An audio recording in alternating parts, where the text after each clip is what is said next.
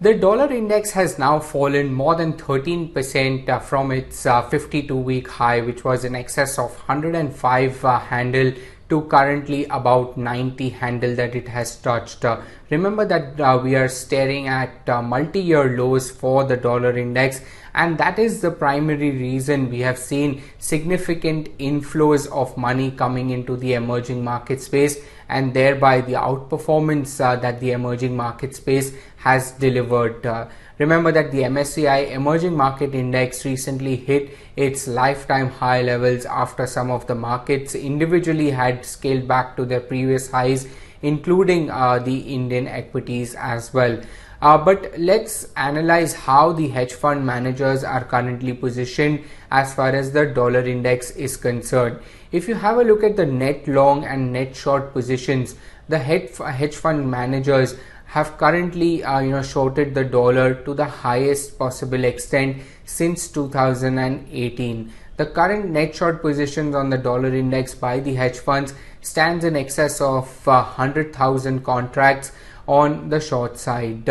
Now what we did was compare historical movement in the dollar index and also see what happened during the subsequent time whenever the hedge fund managers had been extremely short on the dollar index.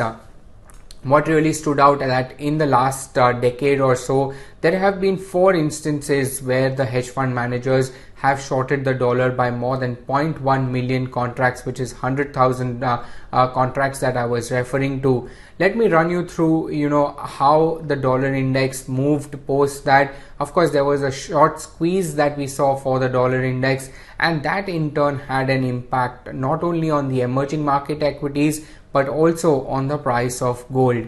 So let me start off with Jan 2018 to August 2018, where we saw the dollar index rise as much as 8.5%.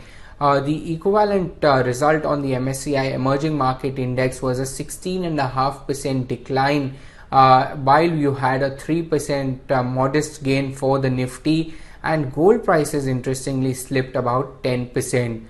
Moving back to April 2014 to March 2015, the dollar index had a significant rise of more than 25%. During the same time, the MSCI Emerging Market Index declined 7.5%, and the Nifty managed to climb almost 28%. But once again, the gold prices slipped about 12%. September 2012 to July 2013 was the next instance where you had the dollar index move higher by 7%. Double-digit decline for the MSCI EM basket during that time. 5% was the positive return that generated by the Nifty, and negative 31% return generated by international gold prices.